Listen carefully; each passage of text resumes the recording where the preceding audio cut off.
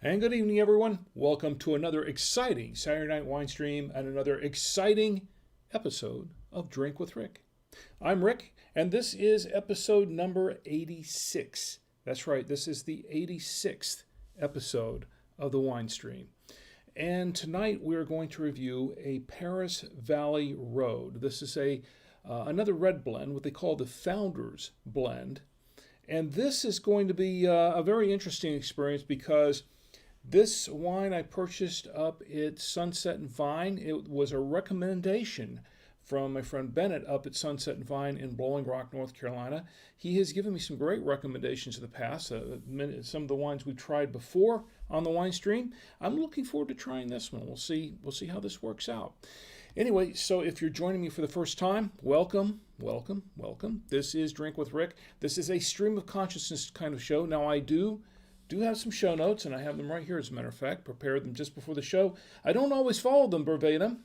In fact, I'll go off on different tangents wherever my mind and the chat will take me, because this is not a show about me. This is a show about the wine, but this is really a show about you and me, us getting together on a Saturday night and just sitting back, relaxing, having a great time in the chat. You are just as much a part of this show as I am. So please, don't be afraid to jump in the chat and join in, and really, you often steer the conversations, where these conversations go. So please don't be afraid to join in and put in your thoughts. Tell me how you're doing. Tell me what you're drinking. Tell me what you're not drinking. Tell me what you'd like to be drinking. Or tell me what you'd like to see me drinking, and if I can afford a bottle of it, I'll see if I can get it and drink it too, along with you. Anyway, so if you're joining me tonight for the first time, you can watch on our website, drinkwithrick.com. That's the website. There's no chat on the website, but if you go into the comments box and click on the link for the show itself, you'll see the comments box. You can comment, and then you can respond to me in kind. Also, we are live on Facebook, such as it is. My actual back-end live feed, the video isn't showing up. I'm having to look at it from the front end. So we seem to be having some technical issues in the back end with Facebook, but I can't see it. It is going live on Facebook. So please join in the chat with me there on Facebook and tell me how you're doing. Also, our Facebook page. The Facebook page is Drink with Rick, of course. And YouTube. On YouTube, it's Drink with Rick, at Drink with Rick, and we're live on YouTube, and it's going just fine there as well. Also on Twitch, you can join me live and chat with me live on Twitch. It's Drink with Rick It's Drink with Rick 1, the number 1, Drink with Rick 1. That's where you can find me on Twitch. And CM Cinder's in the chat. CM Cinder, it's great to see you. Hearing you just fine. Well, thank you. I'm glad to hear that. And we're also live on Periscope. Periscope, we're tweeting it out live on Twitter via Periscope. And you can, well, actually we weren't. I got to fix that. There we go. Now we're, forgot to click the button. The red button.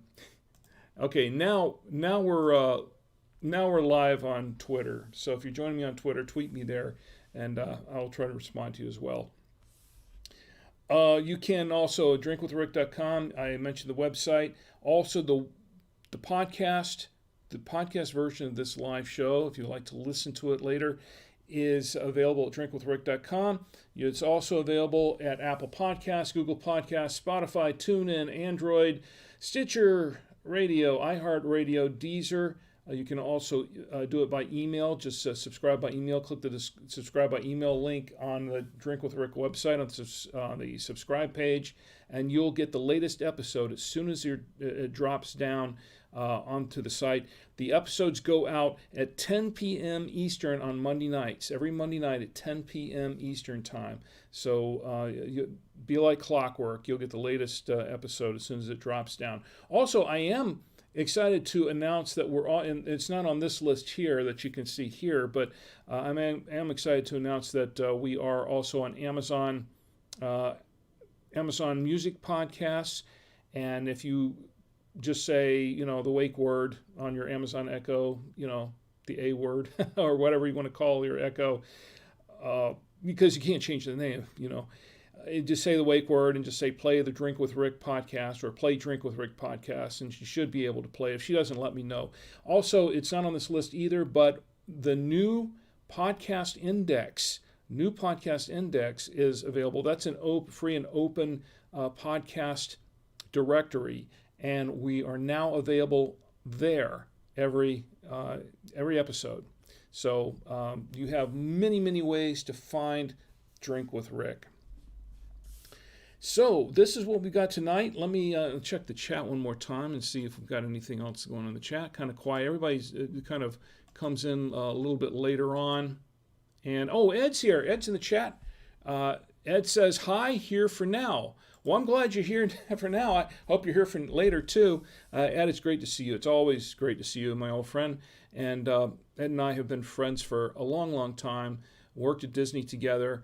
We've done, the thing is that I have a lot of old friends from back in O-Town and that area that I really miss. Some of them I haven't seen in a long time because we've been up here in Charlotte for, 13 and a half years.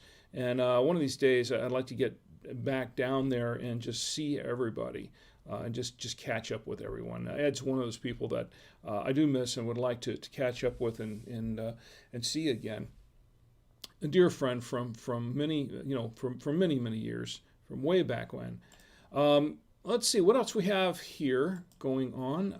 Let's see, quiet some other places on the chat, but I know that's going to pick up later. That's usually what happens. Everybody sort of wanders in after about the first half hour, after I've already had the opened the wine.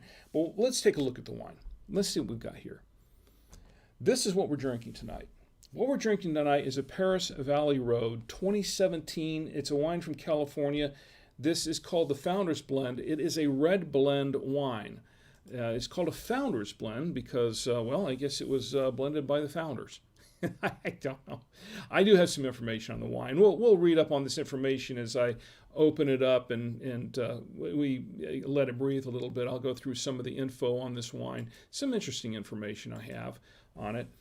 This is the back of the bottle. Not much on the back of the bottle. I'll read it. It's the government warning. No, I'm not. It's just it's the government warning.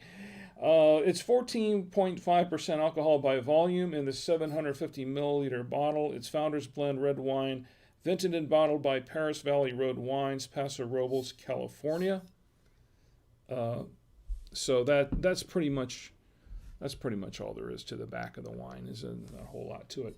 Interestingly enough, not a whole lot of real information on the wine itself, but fortunately I looked it up and found from their winery, the ParisValleyWines.com, they had plenty of information there.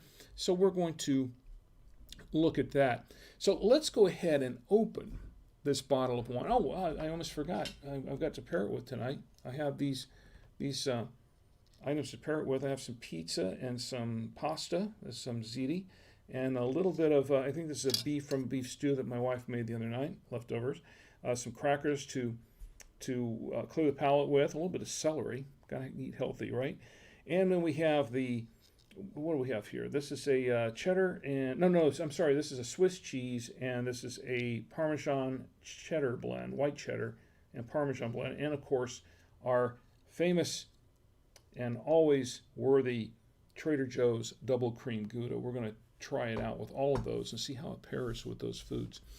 So let's go ahead and open the wine. And I have my foil cutter. I almost forgot about that. Let me get my foil cutter out, and we'll cut the foil off this wine, if I can get around there. There we go. And I like the little logo up on top. I don't know if you can see it well. That's kind of cool. So we're going to go ahead and use this thing's starting to, this corkscrew is starting to show its age on me as well. I've gone through like 2 or 3 corkscrews here. I've got one more as a backup just in case. There we go. That's a healthy pop right there. Should have done that closer to the mic, huh? A little ASMR for Saturday night. Okay, and so I have the bottle open. And, of course, to pour it, I have my trusty Veneto aerator from the Veneto Wine Lover set, and which is available for purchase on Amazon, by the way. And the entire set, which includes a corkscrew and this foil cutter and a number of other items, is including a chiller. There's a cool little chiller that we've reviewed on the show before. We tried it out once or twice, and it works pretty well. And that whole set's available for $19.99 over at Amazon.com. And there is a banner on my website at drinkwithrick.com where you can actually purchase it. And if you do that, it's an Amazon affiliate link. A few cents of it may go to me, maybe. I'm not sure, 100% sure, but it's supposed to. Anyway, either that or Jeff Bezos gets it all. Who knows? But I don't know. We'll see. Anyway, that would help the show if I do get a few cents out of it, because it does cost something to keep the lights on here. Literally does. And you can also buy the aerator by itself if you want. That's for a lower price. And of course, to hold the wine, we have my trusty Galway genuine Irish crystal glass from Ireland, which was given to me by my employers at By Two Air Radios. I'm going to go ahead and pour just a little bit of this wine into the glass. And wow, it has right off the bat, you can tell that it is a very, very full-bodied wine. Normally the lights will fool you here a little bit, but this is actually for real. This is what it looks like to me too. I'm looking in the monitor, and it's this dark to me too. It's a very, very dark complexion. It's a very, very bold-looking wine. I would not be surprised if it is a bold wine. We tried another one of those red blends last week. Last night. The days just fly by. Don't know what day it is anymore. Well, it's Saturday night, I can tell you that. But we had that wine last week. What was it? That was the Rosso di Camomi wine last week, and it was just very, very bold. No doubt this may be a very, very bold wine too. So we're going to go ahead and let that sit and breathe for a couple of minutes. And while it's doing that, let me go back to the chats here, and then we'll learn some more things about the wines. And Ed's in the chat. Stick around, Ed. We'll have some fun. KM Bread's in the chat. He says, hello, Rick, and hello, KM Bread. It's great to see you. It's great to see you. I hope everything's going well with you, and I hope your week went well, and hope your weekend's going well. We're going to have some fun tonight. And like I said, the chat's wide open. The chat's wide open tonight. I don't really have an agenda tonight, except for the birthdays and the national days. And there is something else that I want to tell you about, a very special anniversary that, that's relevant to all of us. And it basically a forerunner to podcasting, what we're doing now in a way. But I'll tell you a little bit about that. And a very exciting thing that we experienced this past week, I should say. I'm not going to spoil now. I'll let you in on it later. Anyway, let's see. Everything else is quiet in the chat at the moment. And Tim's in the chat. Tim, it's great to see you, my friend. How are you doing? Hi, he says, hi, Rick, and hi right back at you, Tim. I hope everything's going well. I haven't had any yet. The anticipation. But Tim is a good friend of mine from way back at WOFL. And how's everybody doing? How's your family doing? And Tim says tomorrow is my birthday. How did I miss that? Tim? I was looking for birthdays and I didn't see yours come up. Definitely got to make a note of that. Well, definitely you're going to have a birthday shout out here. Serious, Tim? I don't want to forget your birthday. I was looking around to see when everybody's birthdays was, and somehow I missed yours there. But that's tomorrow, right? Well, we have a couple of birthdays for tomorrow. We'll definitely do that shout out here shortly. I'm going to toast Tim on his birthday. And so, how's the family doing, Tim? How's your daughter? How's everybody going? How's everybody doing? Hope everyone's doing well. It's the wine. Get back to wine. I almost forgot about the wine, didn't I? So let me check Twitch. And Keen Bread says, I got my first car today. I'm really excited about it. Well, congratulations. I'll tell you what, we'll have to give you a congratulations on your first car, too, right? Cam bread first car. We'll have to toast you for that too, right? I've got a big list of toasting to do. I hope I have enough wine in this bottle. Well, we'll make it work. We'll make it work. Okay, so let's find out a little bit more about this wine. I looked it up on their website, parisvalleyroad.com. And this is what I'm now reading directly from their website. It's a really nice picture of the bottle that I have here, by the way. If you can check it out, parisvalleyroad.com /wines/cc-founders-blend. It says California Collection Founders Blend, California. This wine yields aromas of blueberry jam, chocolate, licorice, and espresso. Balanced tannins hold the profile together, giving way to a smooth and flowing texture. Finally, hints of black plum and subtle touch black pepper on the palate become evident on the exquisite finish. This is directly from their website. This is their, I guess, the equivalent of their tech sheet here. The technical info, actually the winemaker notes, according to the winemaker notes here, it says hand-picked fruit sourced from the Chalk Knoll Vineyard in southern Monterey County.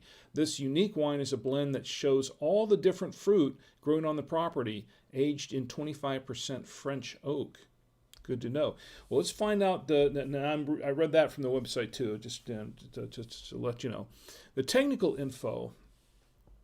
This is a varietal, and this time, and now the last blend that we tried last week, the Rosso di Camomi, we didn't know it was a blend of 4 different wines. It was a Zin, a Merlot, a Cab, and a Petit Syrah. But you see, my memory didn't fail me 100%. But we didn't know what the blend was. You know, we didn't know what amounts they were in, which makes a big difference sometimes in how the blend tastes. It really does. This one we do know because they've posted it. This varietal blend, 43% Petit Syrah, 29% Zinfandel/Primitivo, 20% Cabernet Sauvignon, 6% Syrah, and 2% Merlot. Now that's interesting because what they do is they added a hint of Merlot because the Merlot is going to really add some more boldness to this blend. So that's very interesting. That I would have expected, just based on how the wine looks, that this might be more Merlot in it than they're saying. But apparently it's only 2% Merlot, 6% Syrah. Now there are 5 different wines in this blend. So I think that's the most I've ever had in a blend before that I can recall, at least in recent. Whoops, hit the wrong button there. In recent memory. Yeah, my thumb slipped there, folks. Sorry. Let's see, 61.61 grams acid. The pH is 3.64. Aging, enjoy now or cellar through 2023. So this is one of those wines that will last a while. Some wines are meant to be had. You don't want to drink them beyond 2-3 years after they're bottled. But this is a wine that apparently will last because this is a 2017. So 5 years, they'll say you can put it away until 2023, and it should still be really drinkable. Fermentation 100% malolactic, residual sugar 0.034, and alcohol 14.5%, and that matches what's on the label here. So, well, I'm not going to go there tonight, but you know how that usually works. Anyway, let's go ahead and try the wine. Before we do, let me check the chat one more time. Quiet on YouTube. I've got something to say about YouTube. Well, you're welcome, Cam Bread. You're welcome. We'll do some. And Tim says all doing well. I'm glad to hear that. I'm really glad to hear that, Tim. So let's go ahead and try. Did I see how much I paid for this wine yet? Let's go ahead and try it first. I'm just waiting to. I'm thirsty. I want to have a little bit of wine. So let's give it a try. Okay, so I'm getting some cherry and blackberry right there, mix on the nose. And it smells kind of jammy. It smells bold. It does. And wow, this thing, I'm swirling around the glass, and boy, it sure does have some legs to it. It definitely has some legs to it. So, wow. Okay, we'll give it a try.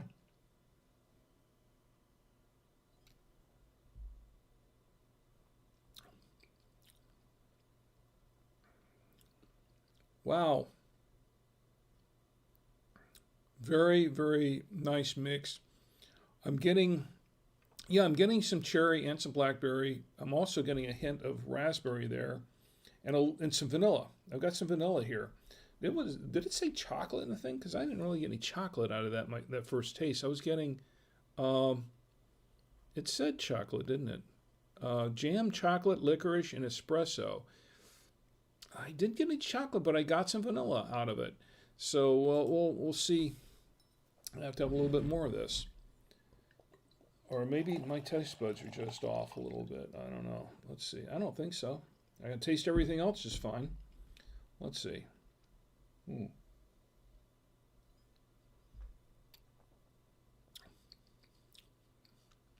This is a very, very, very nice mix of a lot of different things. Get some raspberry in here too. Maybe a hint of strawberry. Maybe a hint of strawberry on this. A little bit oaky, but it's not like the one that we had last week. The one I had last week was more oaky, and that one, it was really, really bold. That was so bold that the flavor just basically exploded in my mouth. It was a little bit too bold for me. A little bit too, the tastes are very, very powerful, and it had a very lingering finish. This one has a nice finish to it, very smooth finish. But it is tannic, but it's kind of a medium tannin. It is very dry. It is a very dry wine, and it is somewhat tannin. Yeah, it is somewhat tannic. But I would say the acidity is a little bit medium too. Mm, maybe a little more acidic after the first taste. It's not too bad. No, it's acidity. It might go pretty well with a couple of foods I have here. We'll see. We'll try it out. Yeah, I'm getting a little plum. I do agree. I am getting a little plum on at the end, and I'm still looking for the licorice because I love licorice. I love licorice, and I'm trying to find the licorice in here. I can't say I'm really tasting that. Let me see.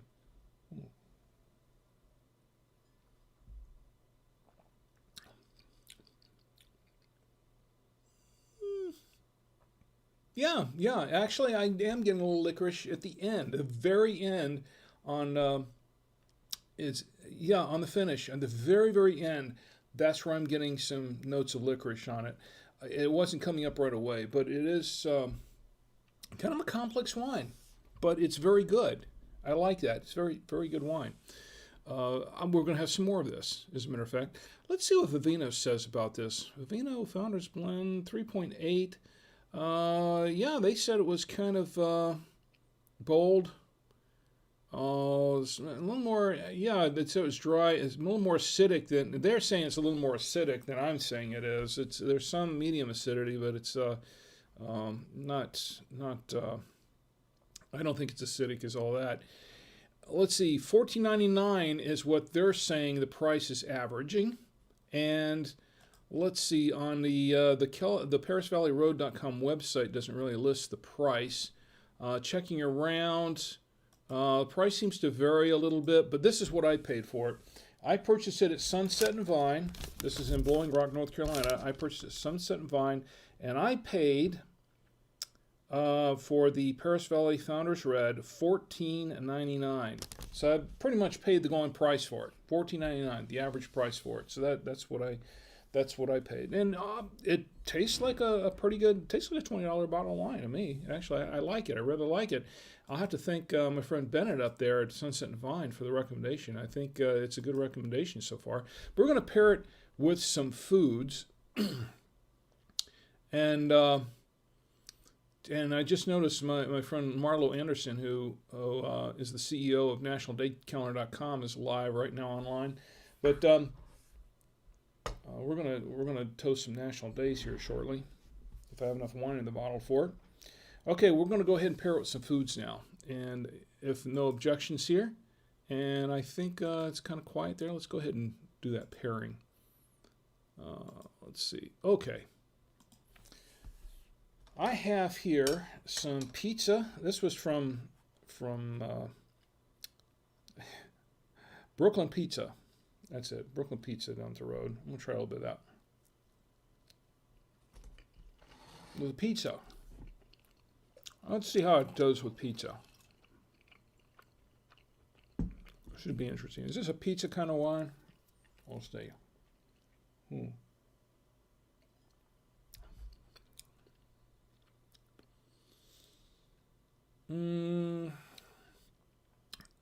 I think it's a bit bold for the pizza, but I think it still could be a pizza kind of wine. Here's the thing: pizza.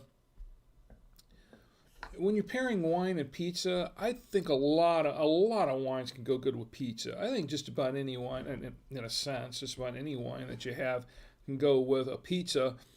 I think it really depends more on the type of pizza than the wine, because there are some pizzas that go better with certain wines than others. You have a pineapple pizza. Some people like pizza with pineapple on them. Then you want to maybe there might be a couple of white wines that might go better with that, or the something like the where is it? I lost it back there. It was a while back. We had a wine there that was a nice wine from, I think it was New Zealand, that a white there that I think it would go good with a wine with a pizza with pineapple in it, because it did have a pineapple taste to it. And there's some wines that I think go better with red meats and red meats on pizza. You're talking about pepperoni or some kind of sausage or something like that. There are certain other red wines that go better with that type of pizza. And of course, the cheese, most reds go pretty well with a lot of different cheeses on pizza. And of course, it also depends on the cheese blend. There are some cheese blends that they make pizzas with that probably work better with some wines than others. But pizza is one of those things that pretty much will, a wine. You pick a decent wine, and it'll go good with a pizza pretty much for the most part. But once again, it depends on a lot of time. It depends on the toppings you put on a pizza. It does. Let me clear the palate a little bit.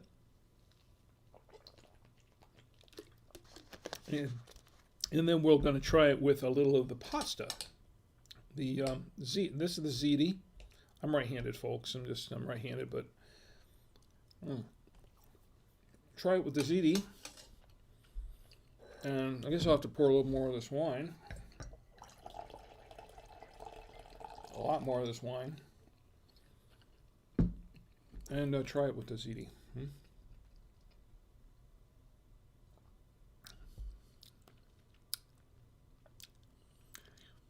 The acidity starts to come out on this wine. When I'm matching it up with the ziti, the acidity starts to come out a little bit. This might be a little bit, I would say if it's, I don't know. I'd have to give that one some thought. I'm not sure about that one. Let's try it with the steak. This should go well with the steak, right? So this is a steak from a stew. Now let's try the wine with that. Should be okay.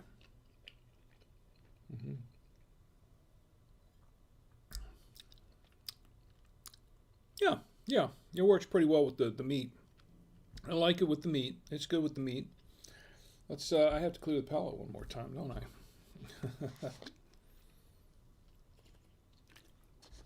Okay, let's try it with the. What should we choose with? I don't know if this is going to go great with the Swiss. The Swiss might not be a really good choice for this, but we'll try it anyway. The Swiss, I'm not confident about the Swiss. Let's see.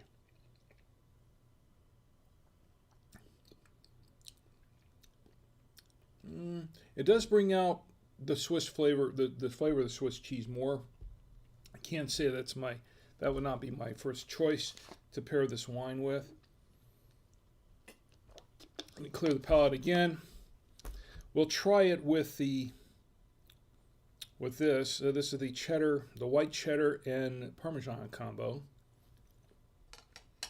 These go good with a lot of white wines and with some Pinots. We've had it with some Pinots and a couple of whites before. I mean, at least one white wine.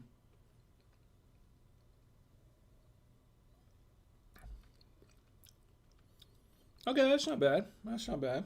Not a bad. Not a bad pairing. Not too bad. Once again, probably not my first choice for cheese, but it's not bad. Okay, let's see. Let's try it. Now the big test. Let's try it with the Trader Joe's Double Cream Gouda. Is this another winner, folks? Do we have another winner with the cheese and the wine? Let's see.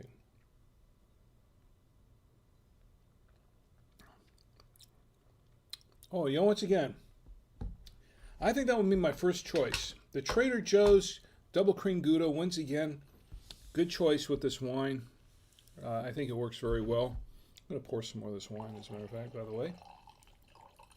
A little bit more. Like he says, this is a very, very full-bodied. This is definitely a full-bodied wine. Wow. Impressed. Okay, and anything else going on in the chats right now before we... And my lovely wife, Cheese, on YouTube. She says hello, and hello to my wife, Chi. She's actually watching on YouTube right now. Yeah, okay, here's the interesting thing about YouTube. Okay, for the last... You know how I've been saying, for the last couple of months, maybe longer, I'm checking the chats on YouTube, and I see that there are people that watch on YouTube, and people check in and out, and they're watching. Nobody ever comments on YouTube. Nothing in the chat, right? Well, it turns out that tonight, it used to be that when you set the settings, when you're doing the live streaming across the platforms, and I multi-stream to a number of different platforms. When I'm setting up the YouTube stream, in the past, it was such that you kind of set the settings and then you just kind of use the same settings all the time, and they stayed, and you didn't have to go back and change anything every week to, except maybe the title and the description of the show, of the episode. Well, I know that they had made a few changes on Facebook with their streaming some time back, but I hadn't really noticed anything really per se, anything specific. But then tonight, when I went in to check the to set up the stream for YouTube, I scrolled down a little bit farther, and then there was a separate chat button on the side, and I said, well, what's this? And I clicked that, and it turns out that the chat was not enabled by default. And I thought, oh, it's not enabled by default. I need to go in and enable it. Apparently, it has to be set up every single episode now. It seemed like it didn't used to be. You had some defaults that you could check, and that's what it stayed at. But now they changed it so that you have to, each time you stream, you have to check it again and again and again. So now, from now on, I have to go in and make sure that chat box is checked. Otherwise, there's no chat, and which has been the case for quite a while on YouTube. Apparently, the chat. I thought the chat was going on. I look at it, and there's nothing going on in the chat. And then I realized tonight, oh, that's because the chat is not being displayed. The live chat is not active. So I fixed that for tonight. So you should be able to chat, and that's why my wife Chi is in there right now. And she says, I'm having issue with Facebook. You're having issue with Facebook? You're not the only one. I was having an issue earlier. Everybody else can still see me on Facebook here. I know Ed and Tim are in the chat there. I can't get any video off of my Facebook live stream on the back end. I can see myself in the front end. I'm listening to myself in the front end, but I can't see myself in the back end. Facebook has always been a little problematic. Twitch has been pretty steady. And Lynn Marley's in the chat on Twitch. Speaking of which, hi Lynn Marley, good to see you. It's great to have you in the chat. I hope you're doing well. And by the way, did you get the package? Did you get the coasters? Because I sent you out I sent you out the coasters. Lynn Marley says, good to see you. Hope you got the coasters in. Lynn Marley said, yes, I did. I love them. Thanks. Excellent, excellent. I'm still waiting for that Square guy. If he shows up later, he's been. I sent his. Now he's in Australia. He's in the land down under, and I sent him because he won something the same night you did, and I shipped all of your items out pretty much. I think pretty close to the same time. Anyway, last I heard, he still had not gotten his package, and I had a tracking number, and I kept checking the tracking number until I couldn't check it anymore. And apparently, once it leaves the States, here it's not trackable anymore. So it goes out to Australia, and then of course, and he won the book. He won the Crushing Debt book, and by my friend Sean Yesner, and it went out. I mean, I shipped it out, and it's been a couple months. And last I talked to him, I think I chatted with him a couple of weeks ago, and he said at that point that he hadn't received it, but I was like 6-7 weeks. But then he told me that they were telling me that they have a lot of trouble getting stuff, shipped in, and their postal system. Apparently, there are a lot of issues with it right now. I think a lot of it's pandemic related, and they're not getting their shipments on time. So hopefully it got there at some point. Kimbrett says hopefully his arrives soon. Yeah, I hope so too, because it was not cheap to send it. I'll tell you something. I shipped it out USPS, U.S. Postal Service, because I was originally going to ship it out UPS because they do some international shipping. But when I went to the UPS store to ship it out, they told me, you do understand if you ship anything to Australia, it's going to cost you $100. I'm like, what? My jaw just dropped. It's going to cost me $100 to ship. He says, it doesn't matter what it is. You ship something to Australia, it's going to cost you about $100. And I'm like, I wasn't prepared for that. And the book, that's like 5 times the cost of the book, that I was shipping. So that's why I shipped it USPS. But apparently, I don't know. I hope they get it. That's all I can say. I just hope they get the book soon. Anyway, so Chi's having issues with Facebook. Not too surprising. Facebook's been a little wonky lately for a couple of things for me. I'm not sure why. It just has. So anyway, we got that. We got the tasting on the way. I'll give you my summary, my final review on this wine towards the end of the show. But until then, why don't we go ahead and do the birthdays? Because we have a number of birthdays, and it looks like we have more birthdays. Tim, got you in here.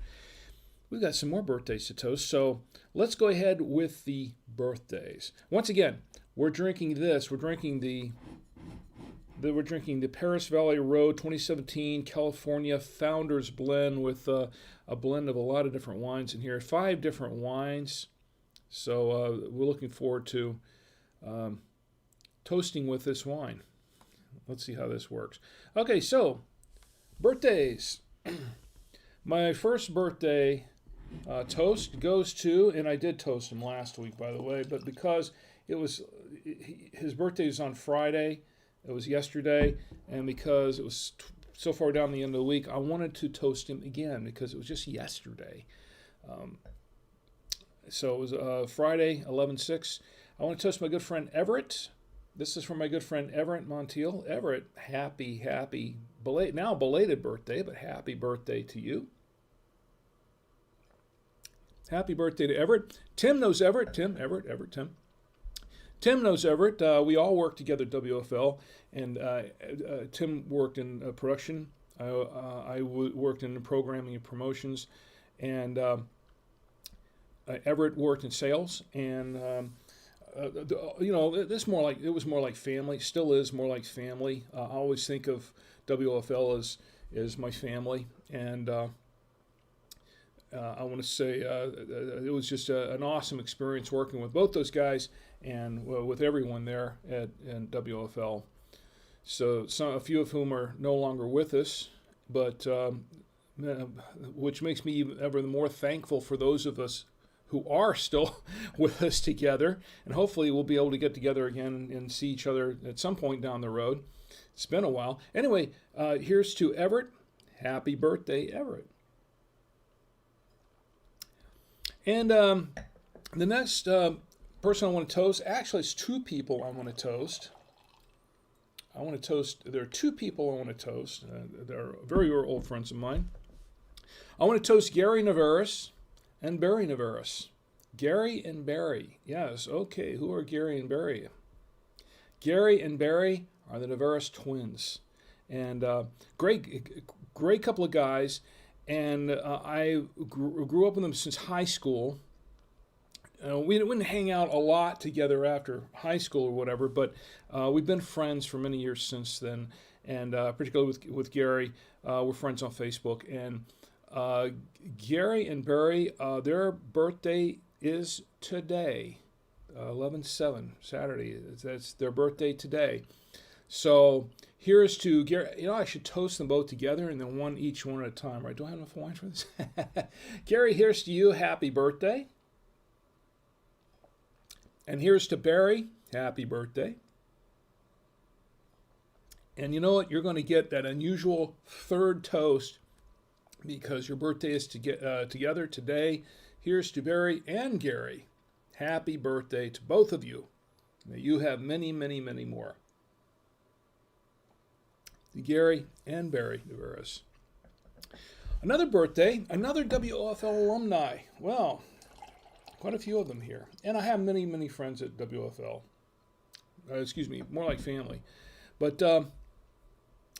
this is for Bob Walco. Bob Walco, Bob, your birthday is today as well, from what I understand, along with Gary and Barry. Your birthday is today. And Bob worked at Channel 35, and he worked at Channel 51 as well. At the time when there was a time when the two stations were kind of together. And I don't know what the situation is with all those stations anymore. I'm pretty sure that 35 and 65 are together. I don't know if 51 is still part of. I don't know. It's been a while since I've been down there. But Fox 35, Bob Walco. Happy birthday to you. And you know what? I'll toast you again, Bob, just because I can. Happy birthday to Bob. And may you have many, many more. Another birthday, and I do need to refill my glass for this. Let's see. Let me check the chat again one more time. Ed says, I ordered a CD-ROM disc about the Titanic from a guy in Australia and it never got here. Maybe it's sunk. I shouldn't laugh at that because it's really not funny because, you don't want to lose anything on it. But, yeah, there's some irony there. And Gary's in the chat. It's great to see you, Gary, my good friend Gary. He says, thanks, Rick. Appreciate the birthday wishes and the rare triple toast. You're going to get a fourth one, Gary, just because you're here. And because this wine's so good, here's to you, Gary. And I hope you and your family are doing well. How's Barry doing also, by the way? It's been a year since I've talked to Barry. I hope you all are doing great. It's great that you're here. Let's see. Yes, I have another birthday toast for my good old friend Cheryl. Not because she's old. She's been an old friend. I mean, she's been a friend for a long, long time. I know it's her birthday. I'm not implying that she's old. I'm implying that we've known each other for a long time. Okay, she's an old friend, not an old friend. I'm digging myself deeper into that hole, aren't I? I don't even have a shovel. Yeah. Anyway, so here's to Cheryl. Your birthday is Sunday, tomorrow. Cheryl, a good friend of mine, and sister of one of my good friends, Jack Miller. She's the sister of Jack, and Jack and I go way, way back. We all go back to our days at church, and I want to say that Cheryl and her family. I hope you're all doing well, Cheryl. But here's to you. Happy birthday. Toast to Cheryl. Cheryl Haight. And Tim, let's see. Now we get to Tim because, Gary says, honored, doing great. We all had dinner tonight. Oh, that's excellent. Well, give him my best. Give Barry my best. And let's see. Where was I? Oh, yes, Tim. I'm not going to forget you, Tim. My good friend Tim Bartlett, his birthday is tomorrow also, Sunday, the 8th. Tim, of course, I did introduce Tim earlier, so I guess he's a man who needs no formal introduction again. But just the same, Tim, here's to you. Happy birthday to you. And may you have many, many more. And, let's see, what I was going to go somewhere with that. I forgot. So I think that's got it for the birthdays, isn't it? Oh, there was one more. I've got not a birthday, but an anniversary. I've got a couple of anniversaries, but why not? I'll get through the anniversaries first. Anniversaries. Let's see. Okay, first of all, I want to cover Twitch. K and Bread says, if you're okay with sharing, when is your birthday? You're talking about my birthday? My birthday. My birthday's in February 15th. That's my birthday. February 15th. Another day that will live in infamy. Lynn Marley says, the wine sounds delicious, and it is. It is actually very good. It's a good blend. The one we had last night, the Rosso blend, was also a blend of 4 different wines, but it was a lot bolder, a lot stronger, and to be honest, I couldn't go that far down in the bottle with it because it was really just a little bit too bold for my taste. Although I did finish it the next couple of nights later, I was compelled to finish the bottle because I don't like to waste wine. I didn't want to pour it out, and it was not a wine worthy to be poured out. It was a good wine. It was just a really, really bold for me to have very much of it at once. This one, though, I like this one. And Cambridge said that's my aunt's birthday as well. We'll have to toast her out in February. Then, let's see, where was it going? Oh yes, the anniversaries. Okay, there are a couple of anniversaries. Let's see. First of all, I'll tell you what. I'm going to toast your car first. Cam Bread got his first car today. I'm really excited about it, and I'm excited for you. I really am, because I remember when I got my first car. I remember when I had my first beer too, but it was it's a joke. I remember when I got my first car, and it was a pretty exciting time. My son Tommy, when he got his first car, and he treated it very, very well. He was very, very good with it. And let's see, your first car, it's always a milestone. Here's to your first car.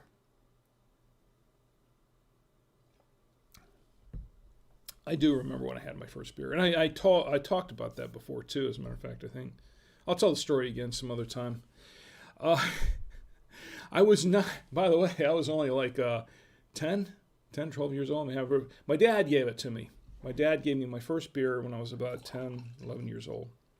He made a man out of me that day with a beer. Here's your first beer. That'll make a man out of you. Yeah, he didn't put it that way. He just handed me a beer and said, "Here you go." So, which was an interesting experience. But he gave me my first wine, and I showed you pictures of that before. My dad gave me my first glass of wine when I was very young. I was about, 5, 6? I was very young when I had my first glass of wine. So my dad was not afraid to bend the rules a little when it came to that with his kids. A lot of stories there. I could go on. I'm not going to do that right now. Anyway, okay, so here's an anniversary that I really do want to toast. And it came over from the FCC. And there's a tie-in to this, and I'll explain why. I got this FCC statement from the FCC. working at Buy Two-Way Radios, I do watch the FCC's Daily Digest every day, so I see the latest news that comes down from the FCC every day when it does, because I watch that carefully. It's part of my job, actually, to do that. But this came over, and I thought, oh, wow, this is very interesting. So this is a press release. Chairman Pai, that's Ajit Pai, he's the chairman of the SEC, Chairman Pai's statement on the 100th anniversary of our nation's first commercial radio broadcast. How radio got its start and impacts us today. I'm not going to read this whole thing, but basically, in a nutshell, the Federal Communications Commission Chairman Ajit Pai issued the following statement today on the history of radio. Today, as we celebrate the 100th anniversary of our nation's first widely recognized commercial radio broadcast that took place on November 2nd, 1920. The broadcast, which aired in Pittsburgh, Pennsylvania on KDKA, Westinghouse Electric's newly established station, relayed the results of the 1920 presidential election and set the stage for a long line of radio broadcasts that have shaped the story of America. He says down here, radio has given, this is a quote, radio has given us a way to come together in times of strife and times of triumph.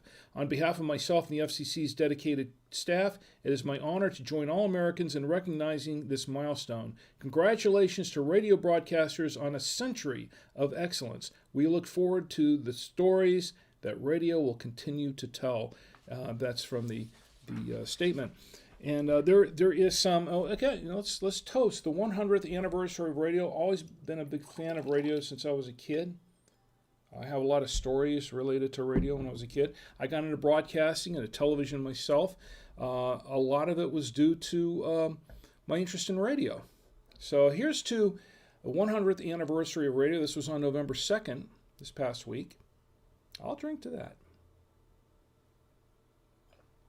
And there is something kind of significant about that because, as many of you know, my son Tommy is attending ASU, that's Appalachian State University, and they have programs there for television and radio. They have a television station and a radio station, a student radio station there, and his major is in communications, and with a minor in business. But his major in communications, he as part of that major, he went for working in the radio station there, and he's been taking courses related to that. So this semester, he's been going up to do some work at the radio station, learning about it. He was shadowing at first, and then he's actually been on the air. Well, since he's been doing this from home, it's been a little bit tougher for him to do that because of COVID. We sent him up there in August. He got settled into his dorm and everything, but then he was there for a couple of weeks, and then everything with COVID started happening, and they had some outbreaks there, and they're still having an outbreak or two up there with COVID. And we had to go right back up and bring him back. We had to pull up. 2 weeks earlier, we put all his stuff in the car, got him all set up there in his dorm room, and then 2 weeks later, we had to go back up there to Boone and pack it all up and bring him back here so he could finish all his classes online, which is what he's been doing. But for the radio station, to do the work at the radio station, he's been working. He's been having to go up there. We've been having to take a couple of trips up there for him to actually go into the radio station and work. Yeah, I know it's still going on behind me, and there's a reason for it. This past week, he went up there for a couple of sessions, and he went on the air.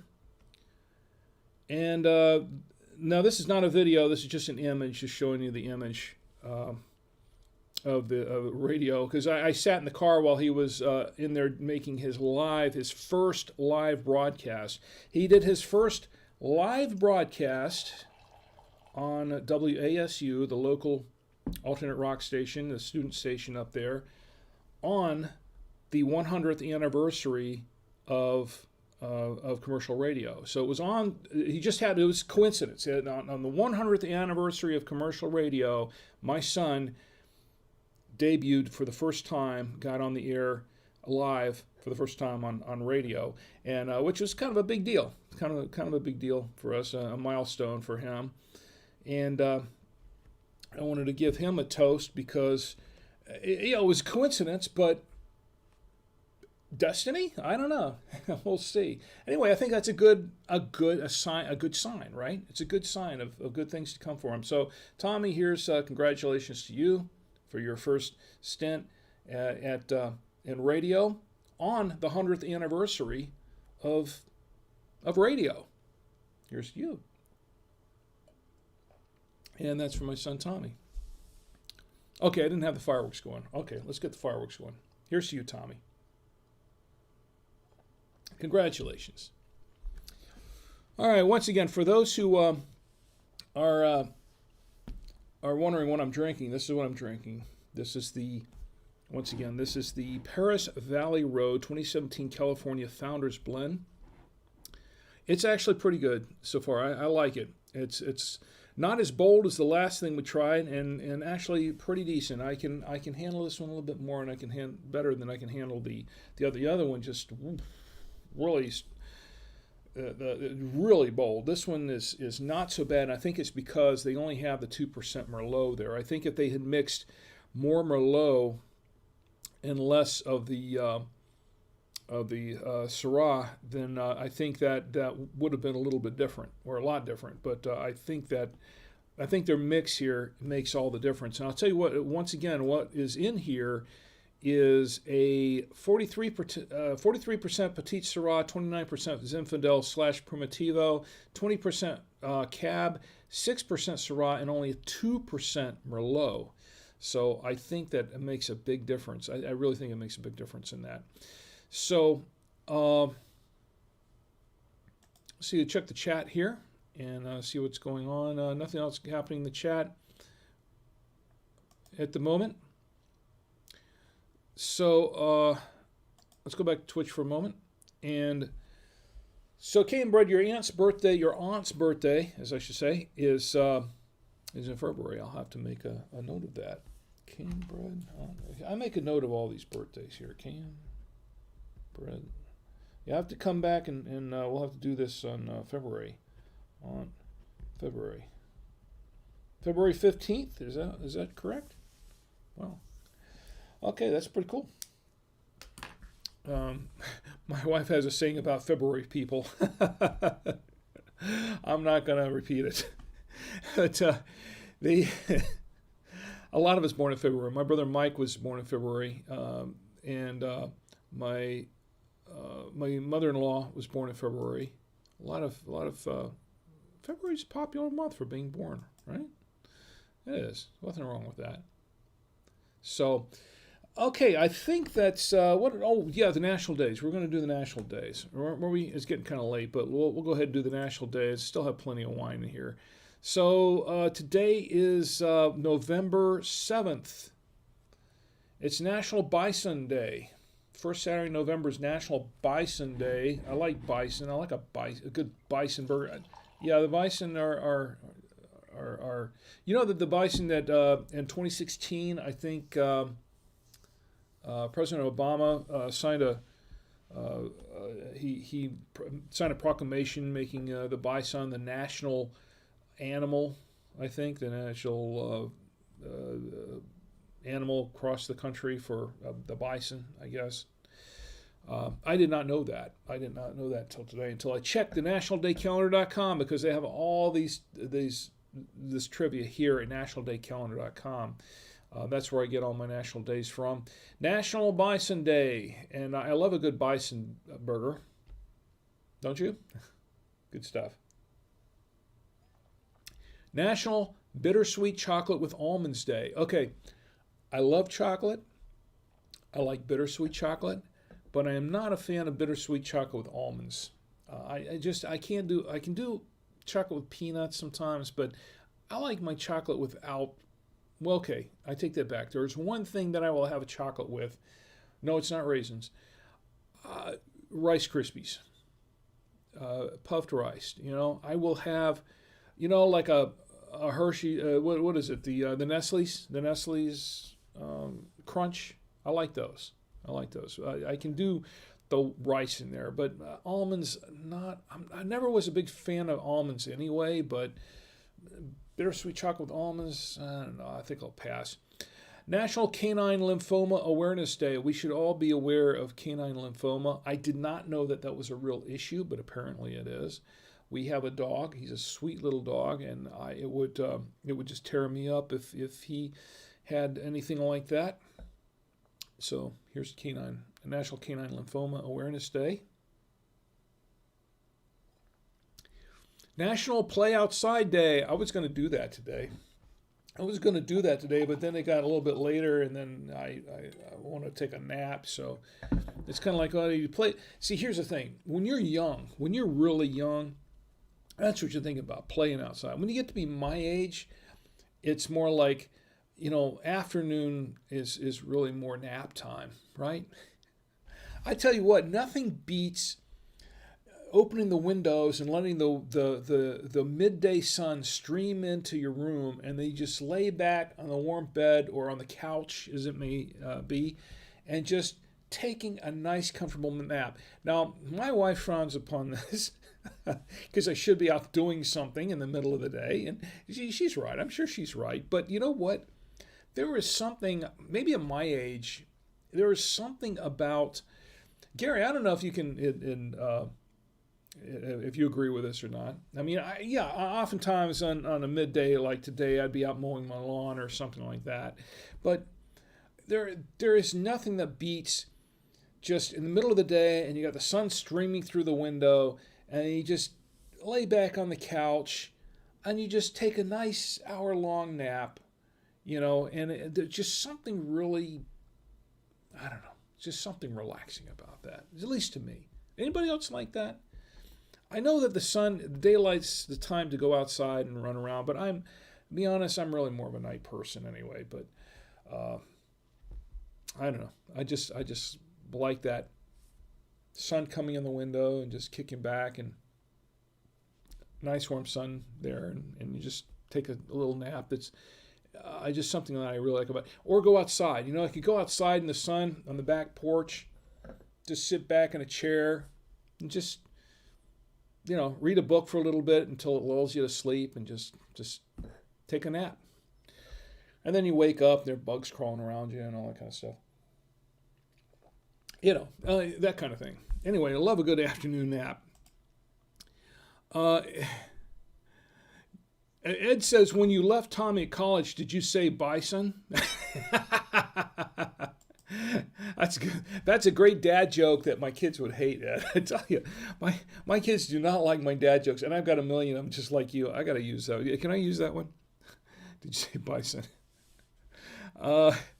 Every time I come in with a new dad joke, they do the eye roll. I'm like, oh, Dad, that was just awful. But I love dad jokes. I love puns. I love plays on words. Ed and I used to do some punny stuff sometimes, and it was always fun. I like that kind of stuff. Of course, then again, Ed and I used to sit back and listen to Dr. Demento all the time too. So, no shame in that. It's just yeah, you got to have a sense of humor, especially these days, right? Let's see, chocolate. Oh, Cam Bread says, wait a minute. Let me go scroll up here a little bit. Lynn Marley says, yeah, it's one or the other, chocolate or almonds. Yep. Cam Bread says, chocolate and toffee is my favorite. I like toffee.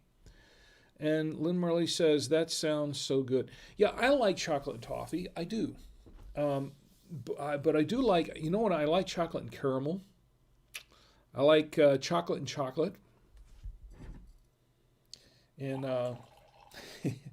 reminded me of something. The old Monty Python spam thing. Chocolate and chocolate and chocolate and chocolate, and a little caramel and more chocolate.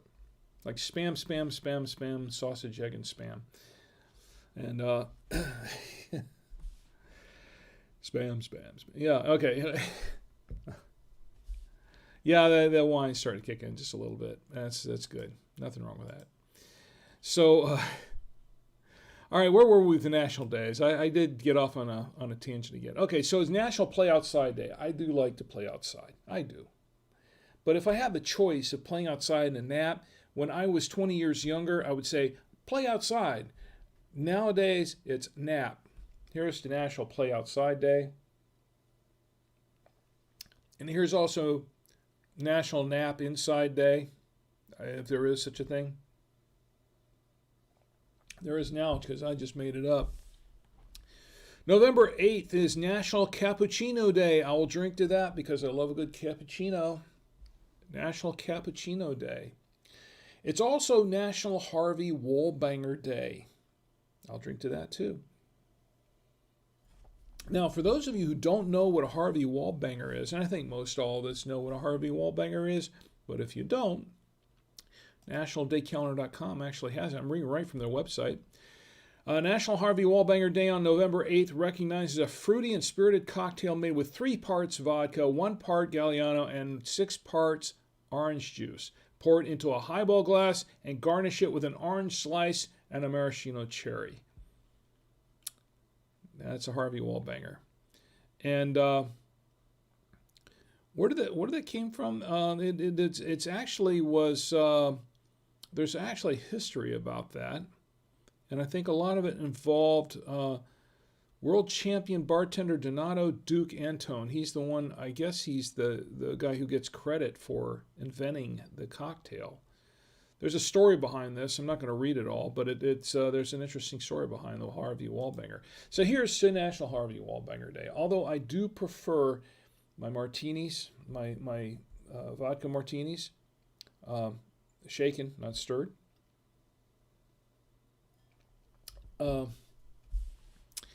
Then we have National Parents as Teachers Day. National Parents as Teachers Day. Okay, I've got stories about that. I'm not going to go in. This is going to get to a long show, but I do have stories about that. I was very much when I was a kid.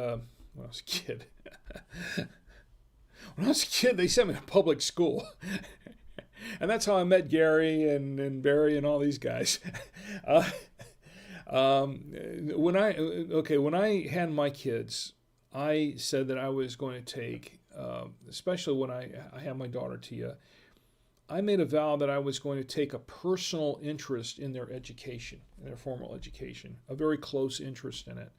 I was going to be very much involved in their education. Now, we did not homeschool our kids. I kind of wish we had in a way, but we didn't have time. You know, she and I both worked full time. She worked full time. She's a nurse, so she worked full time at various hospitals and things like that. And I had my computer business at the time when Tia was born, and when Tommy was born, and I ran my computer store full time. And that was more than a full time job. It was like almost a 24-hour job, and in some cases.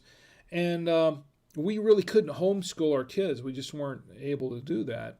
But I did make a point to do this during the summer breaks before my kids would start school. And as a matter of fact, before they started kindergarten, the summer before they started kindergarten, I would take the afternoons and the evenings, and we would have our own school at home in the evenings and late afternoons, and sometimes on the weekends. And I would buy the books that would prepare them before their kindergarten, and I taught them both to read before they got into kindergarten. So both of my kids knew how to read before they got to kindergarten. I made a point that I wanted to make sure they could read and they could do basic math, add, addition, and subtraction before they got to kindergarten. And that's what I did. I spent the time and taught them both. Now, I also did this to my brothers and sisters when I was a kid. And when I was a kid, I went to Salisbury. I was in Salisbury, and I went to an elementary school there, Wiley Elementary, and they were trying an experimental system at the time for learning to read, which is reading by color, which they call at the time reading by color. And I caught on so quickly, and it was such a revolutionary thing with the kids in first grade to learn to read so quickly. I took the system, and I was only 6 years old then. I took the system for reading by color. I took it home, imitated. I got a chalkboard and some colored chalk, and I imitated what I had learned in class and taught my brothers and sisters how to read. The ones that were old enough to learn at the time. So I taught them how to read before they even got to school, gotten into kindergarten or first grade. I repeated this when I had my kids, Tia and Tommy. I said, I want them both to read before they get to kindergarten. So I taught them how to read. And they could read on a second grade level when they got into kindergarten. And in fact, when my daughter in her kindergarten class, what was his name? Mr. Schaldiner, I think was his name, the kindergarten teacher. He was so impressed with the fact that Tia could read on a second grade level. He was just amazed, because none of the other kids in kindergarten, most of them weren't even reading, period. But Tia could read very, very well, and at that level. And did the same thing with Tommy, because Tommy, when he saw me teaching his sister how to read, he was like, oh, I want to learn how to read too. So I taught him too. So he learned very early on, and I taught them both how to read. And then after they started school, I thought, well, you know what, I can keep doing this. I can take this to the next level. So what I did was, until they were in fifth grade, the first 3 or 4 years of their schooling, in the summertime, I would go out and get the books for the next grade level, and workbooks and things like that, and various topics on reading and writing, math, and social studies and things like that, and would teach them at home in my spare time. And we would do it like a 4-week period before the school started. I'd go through and give them a little reading and writing and math lesson. And they went in for each school year. They would go in way ahead of their class. They were just way ahead of the class on that, which was pretty cool. Now, after that point, I didn't have time to do that anymore. But I was very, very much involved, especially in the early days, in teaching my kids the basics. And I feel that that's really the responsibility of the parent. But I know the parents will send the kids off to school and say, "Hi, I'll let the school teach them this." Schools aren't teaching kids much anymore. I'll be honest. There are kids that are getting out of high school that really barely know how to read and can't do basic math. My kids can do all that and more. And I think if more parents did that with their kids, I think we'd have better kids. The kids would be better prepared, I should say, for life than they are. Anyway, I'm all for it. I went off on a rant. That's my rant for the night. I do a rant every week. So anyway, here's my rant. National Parents is Teachers Day. I'm all for that. I'll drink to that. There's one more national day, National STEM Day. And I'm reading off their website. National STEM Day on November 8th calls for full steam ahead, STEAM. The day inspires kids to explore and pursue their interests in science, technology, engineering, art, and math. That's STEAM. And that is November 8th. It's known, I guess, it's a play on words for the same as that super secret organization NOV8, NOV8, making it the perfect date to inspire innovation. It's an organization, NOV8, it's for Innovate, for super smart girls. It's a franchise. Anyway, I'm just paraphrasing some of this. But National STEAM Day. Drink to that. I think that'll do it for the national days. So let's see what's going on in the chat. It's been a while. I got off my rant, and then I sort of wasn't watching the chat too much. Here we go. Uncle Ledger says, hi there. And Uncle Ledger's in the chat. Hi there. Hi right back at you. Let's see. We'll go back up here a little bit. Can Brett says, looked it up. National Napping Day is March 15th. Is it really? Well, I'll have to, National Napping Day. I'll have to make a point of that. Definitely have to take a nap on that day. Is that the next one on a Saturday? I don't know. I'll check it out. Thanks for the heads up on that, Cam Bread. National Napping Day is March 15th. I'll have to definitely look that up. Looking forward to National Napping Day. Every day should be National Napping Day, and I'll drink to that. Cambridge says, feel bad for the kids that have to learn Common Cores. Yes, same here. That's a very, very contentious issue. Very contentious issue. My wife and I had a lot of thoughts on that, Common Core. Uncle Ledger says, do you know any wine from Argentina? Yes, I do. Personally, I know some wine from Argentina because I've had quite a few wines from Argentina. I think the last one I had from Argentina was, let's see, was it the Malbec? No, it was, let's see. I have several wines back here from Argentina. Wait a minute, the Hestos, wasn't it? The Malbec and Malbec, I think that's from Mendoza. That's a really cool wine, by the way. We had that. You go back and watch my review there. The Malbec, it's Hestos, Gestos is pronounced Hestos.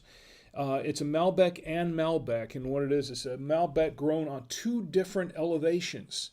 There's a Malbec grown at one elevation and a Malbec grown about like 1,500 feet higher, something like that in the elevation.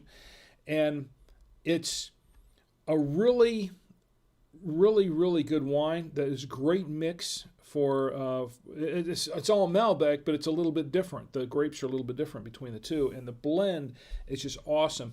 That Hestos is a really, really good wine. I really enjoyed that. And if you can find a bottle of it, let's see, that's was that 2018? I think it's a 2018. By the way, those are all real bottles. That's not green ski green behind me. Okay, that's a real set. Not a lot of fakery there. Yeah, there's a blue screen back there, but and I do specific things with it, which you've seen earlier. But that's for the most part, it's all real, right?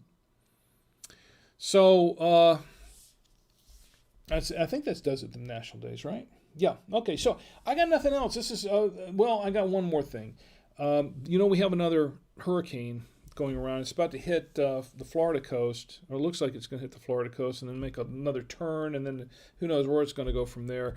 So we're still worried about hurricanes, and we're well into November, and the hurricane season's still here apparently. So get your weather radio. I'm a big proponent of being prepared. Go to ready.gov. That's ready.gov. It's a government website, but it's ready.gov. You can put together, they have a list there, put together your emergency kit, your preparedness kit. Number 3 item on the kit, and I think number 5 or 6 item, they're both radios. Number 3 item is an emergency weather radio where you can pick up the NOAA weather alerts.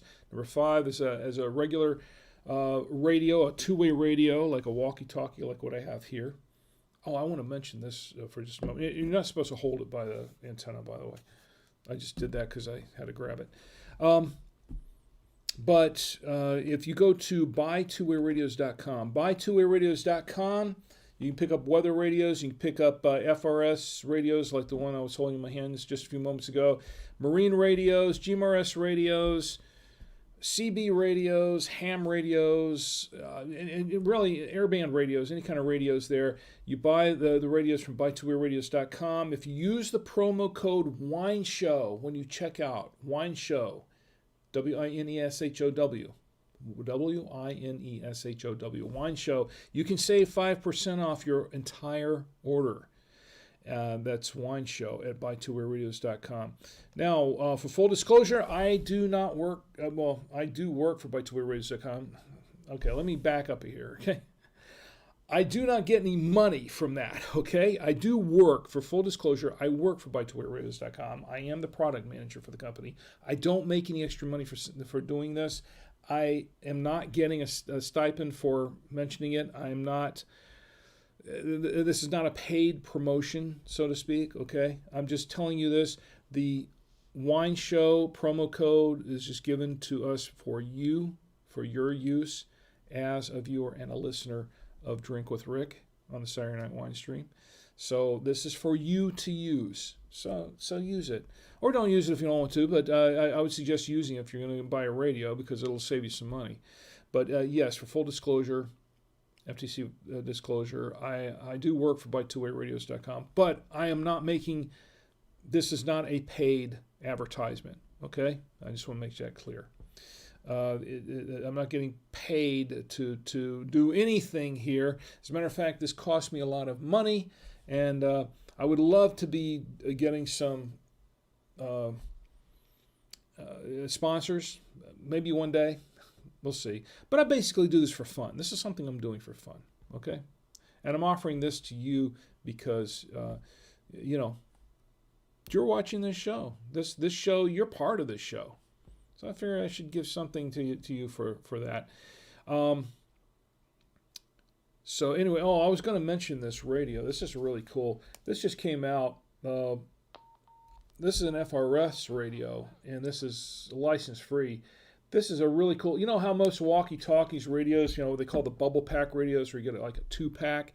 And if you're going to go hiking or camping or fishing or hunting or just out around the neighborhood or the kids are doing stuff, you're doing some family stuff, neighborhood watch stuff, anything like that, and you go out and buy a bubble pack of these radios at the store or Amazon or whatever, or from us at By Two Way Radios, this is not your typical bubble pack radio. Now this is like the other radios in the sense that it's license free. If it's an FRS radio, so you can use this. What it means by license free is that by buying and owning the radio, just by having the radio, you are licensed to use it. It's like CB. You're just the fact that you purchased and you own the radio, that's your license to use it. And so that it's licensed by rule is what it's called. But essentially it's license free. You don't need a license. You don't need to go out and buy a license or apply for a license at the FCC to use this radio. Anybody can pretty much use it. You can use it, anybody. You can use it for business use, and a lot of businesses will go out and buy these little bubble pack cheapy radios, and of course they break all the time because they're out using them for heavy duty things that they weren't really meant to be used for. Businesses can use them. Anybody can use them personally. The kids can use them. Families can use them. Anybody can use them. You don't need a license. Well, that's the thing, is that a lot of businesses use those bubble pack radios because they're cheap and they don't want to have to go out and get an expensive business license and buy like a $200 or $300 Motorola radio or a Kenwood radio or something like that, which really businesses should use those because they're a little more heavy duty. But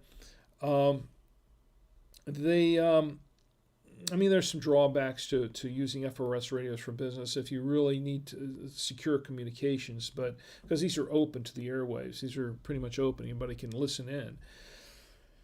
Unlike the business licenses for the business radios.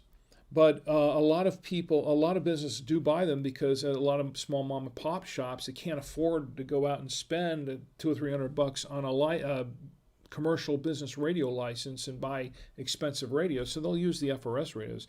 The thing is, though, up to this point, all they had were the little cheapy radios.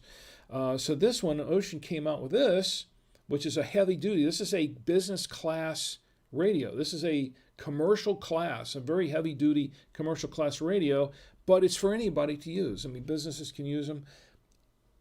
Individuals can use them. If you want something that's a little more durable than say, the little, even for the kids, if you don't get the kids those little SpongeBob walkie-talkies, anything like that. Don't get the kids those little cheapy My Little Pony walkie-talkies or whatever, because you're going to spend as much money as you would for buying a real walkie-talkie, and they're going to break more easily. They're not as durable. And let me tell you something, kids, and I know because I have kids.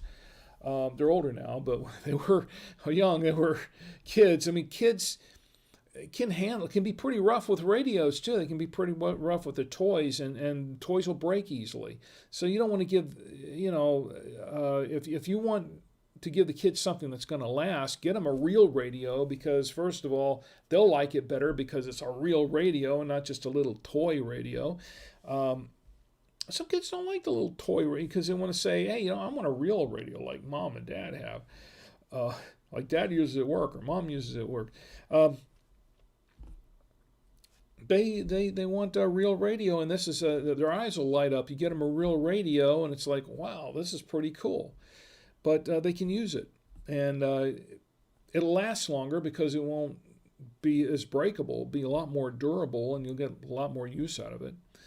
As a matter of fact, I know adults that have gone on to say, you know what, we need a pair of radios. We're going to go on a cruise or something. We need a pair of radios to use on the cruise. And while you're on the ship, it's very handy to have little walkie-talkies around when we're on the ship. And they sell them, actually. They rent them, too, on the ship when they're very, very expensive to rent and to buy. Just bring your own. But a lot of parents will say, oh, we're going to go on a cruise. We're going to, let's go use Johnny's walkie-talkies. We'll bring those with us on the trip. And if you're going to do that, get Johnny some decent walkie-talkies so you can use them on the trip. Something that's not going to break. Little forethought there, So anyway, I don't know where I was going with that. It's my stream of consciousness again. So, we have those radios at Buy Two Ear Radios, by the way. You can buy them, and those are actually exclusively at Buy Two Ear Radios, and you can save 5% off of it. Not really a pitch. I was just excited about this radio. Ed says, National Napping Day to rest up before St. Pat's on March 17th. There you go, Ed. St. Patrick's Day. Oh, wow. We got to have a St. Pat's Day party, don't we? We sure do. I don't have any green wine, but we can do some beer, green beer. That can be a lot of fun. That's not too far away. We're only 4 months away from that. Did you realize that it's amazing, isn't it? I mean, the year is almost over. I mean, it's already November. It's going to be, oh my goodness, it's going to be January again soon. I guess for a lot of us, we're like breathing our sigh of relief because they're saying, oh, January 2021, let's get out of 2020. I saw something posted on Facebook last week, something words to the effect that, that's what we need. Great. We're rolling back the clocks. That's all we need is one more hour of 2020. And I think about it like, yeah, that's all we need is an extra hour of 2020, right? It's been one rough year, folks, hasn't it? This has just been one heck of a year. I don't know. All I can say is that I can't guarantee that 2021 is going. People are thinking, let's write off 2020, go straight into 2021. Let's just forget about 2020. But the thing is, that's a numbers game. It really is a numbers game because it's not the year, it's not the date or the year. It's what happens in it. It's like the events that lead up to it. And we can all joke about it and say, well, let's skip 2020, let's go straight to 2021 or 2022. That's going to be a great year. It's just another number. It really is. It's just another number. It's at the end of the day, and I don't mean to sound like a Debbie Downer of any sort, but let's be honest. They're numbers. We're just counting the years, and everything that happens in the year is what happens, and that is what it is. Will 2021 be any better than 2020? Who knows? I'm not a prophet. I'm not a psychic. I don't want to be either one. I don't profess to be either. I have no idea what's going to happen next. I don't think anybody does, really. But we can hope, right? We can have faith, and we can hope for a better tomorrow, And why does it have to start at January 1st? Why does it have to start January 1st, 2021? Why can't it start? It's just another date on the calendar. And all these days are running together anyway. Why don't we start right now? Let's start right now. Let's start at this moment, at this time, starting right now.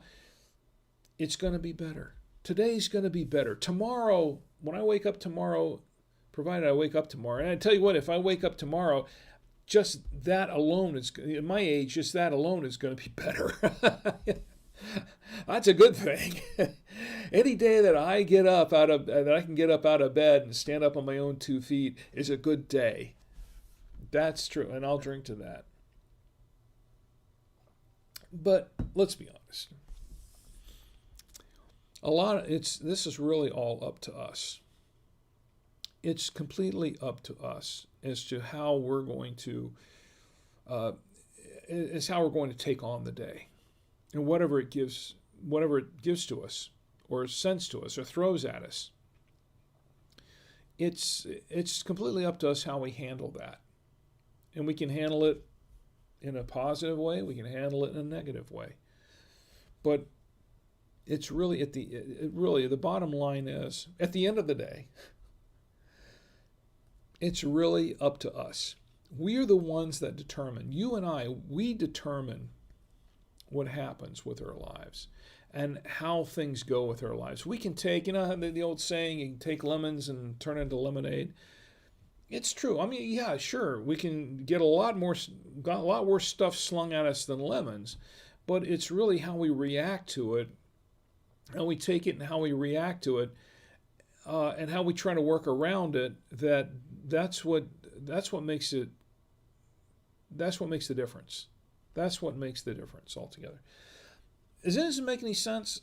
I hope so, because I've been as much of a negative person in some things as anyone else. I've had a lot of negativity in my thoughts and actions and things, and things happen. I react to them, and I can react definitely negatively to them, and I have to look at that and think, okay, wait a minute, how much of that is the situation, and how much is that my reaction to the situation? Could the situation be better based on my reaction to it? I think so. You can make a bad situation better. You can make a bad situation work. At the end of the day, it's really, really all up to you as to how you take it and how you react to it, and not just react to it, but maybe be proactive about it, and take steps to make it better for yourself. I think that's really what it comes down to. Anyway, let me check the chats one more time. Everything got quiet after starting my rant.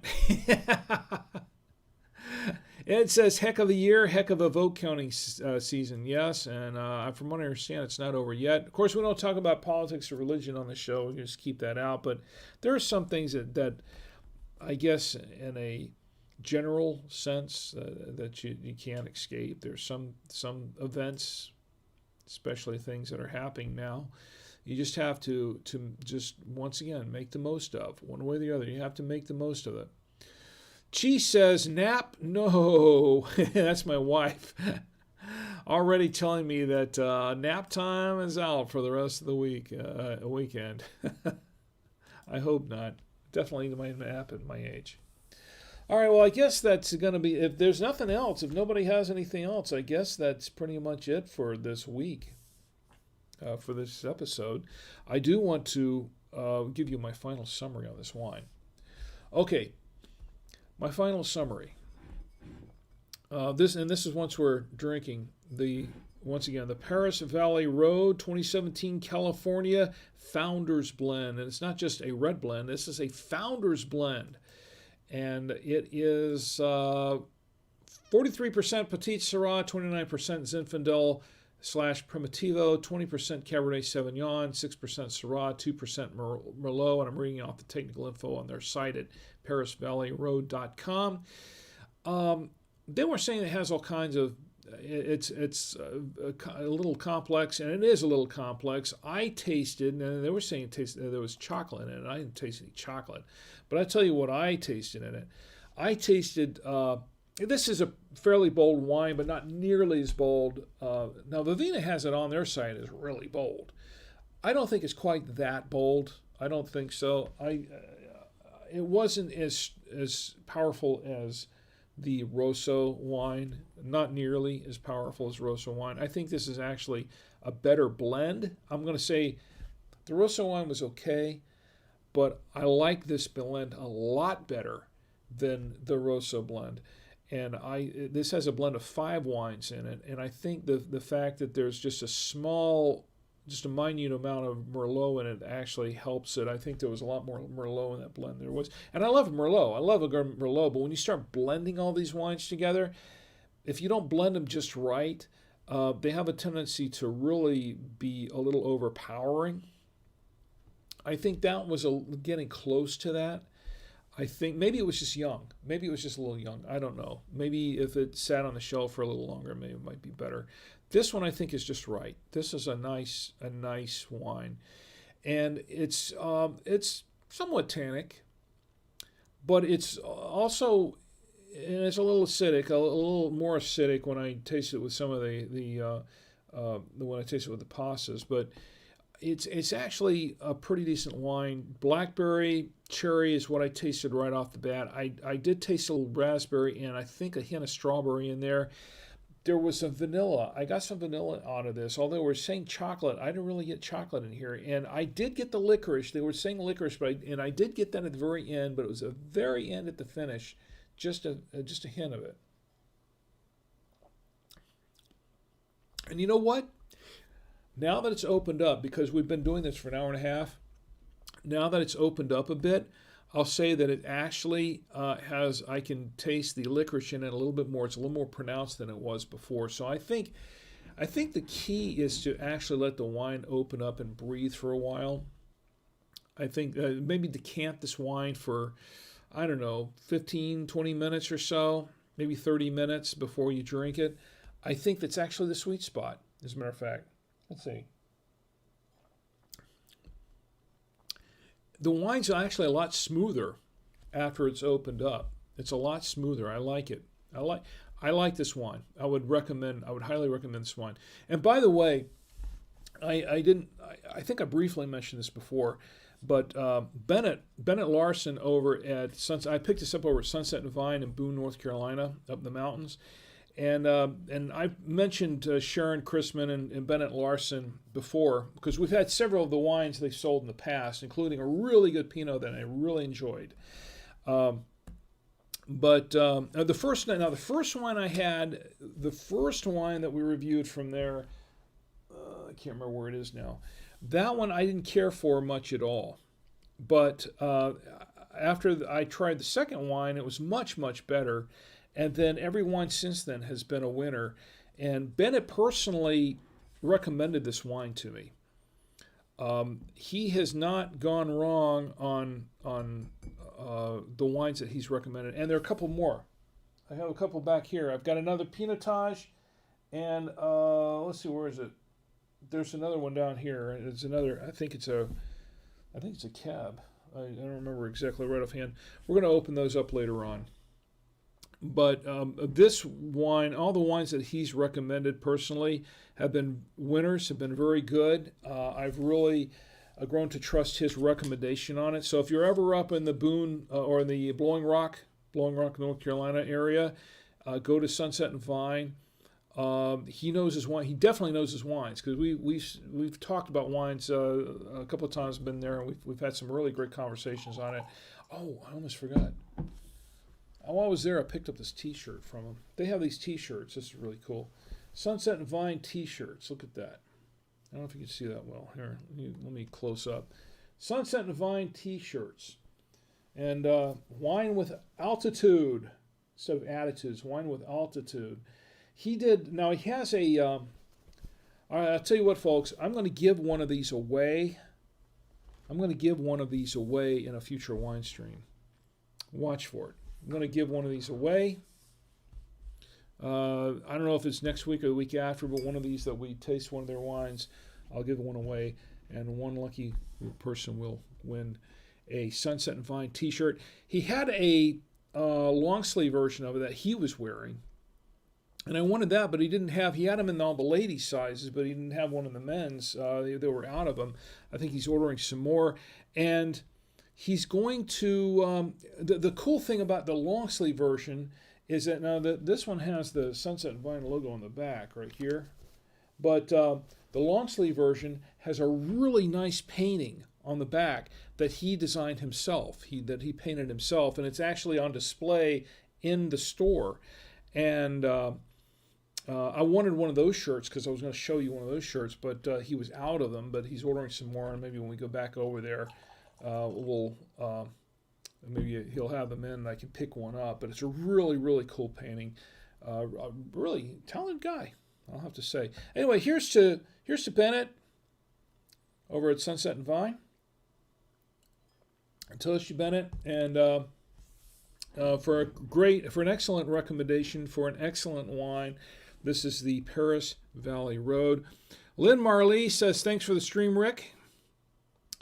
And Brew 243 says, have a good night, Rick. Thanks for the show. But I didn't even see you in there, Brew 243. Thanks for being here. I appreciate it. Was that New Baptism says, glad you still streaming. Cheers. Well, thanks. It's good to see you in the chat. I'm glad you're here. Anyway, it is time to close up because I got nothing else, unless anyone else wants to chime in on anything. Ed, you got anything else? Anybody else? Gary or anyone else? I want to thank everybody for joining me tonight. As once again, this show is really more about you and me. I mean, just having a good time, and when you're here, that makes the show all the better. It really does. It makes the show all the better. And I am proud and honored to be here with you. Once again, I'm doing this for fun. I have a great time doing this. But it's only a great time because you're here with me and we're sharing this time together. I want to thank you for being here tonight. I want to thank Ed, my good friend Ed, for being here, and Tim. Happy birthday again, Tim, for being here with me. I want to thank Gary, and happy birthday to you too, Gary, by the way. And my lovely wife, Chi, and everyone who's joined me on the chats, everywhere else. CM Cinder, KM Bread, Lynn Marley. I don't want to forget anybody. Uncle Ledger. Uncle Ledger says hi there. Yeah, did I miss you? Yeah, no, I answered your question there. Uncle Ledger, KM Bread, Brew 243, Nubatism. I want to thank you for being here with me. I do appreciate each and every one of you. Please, if nothing else, I want to ask you to please be excellent to each other. As Bill and Ted would say, be excellent to each other.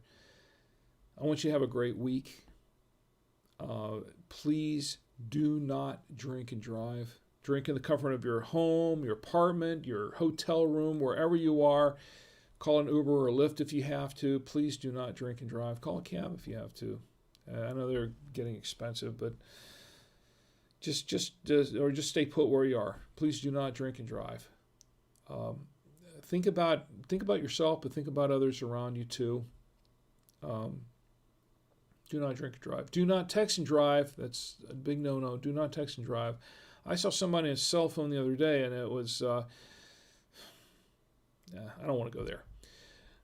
Do not text and drive. Because I want you to have a great week, but I want you to have a safe week. Have a safe week. So you can join me here again next week on the Saturday Night Wine Stream, and we can all get together and drink with Rick. Good night.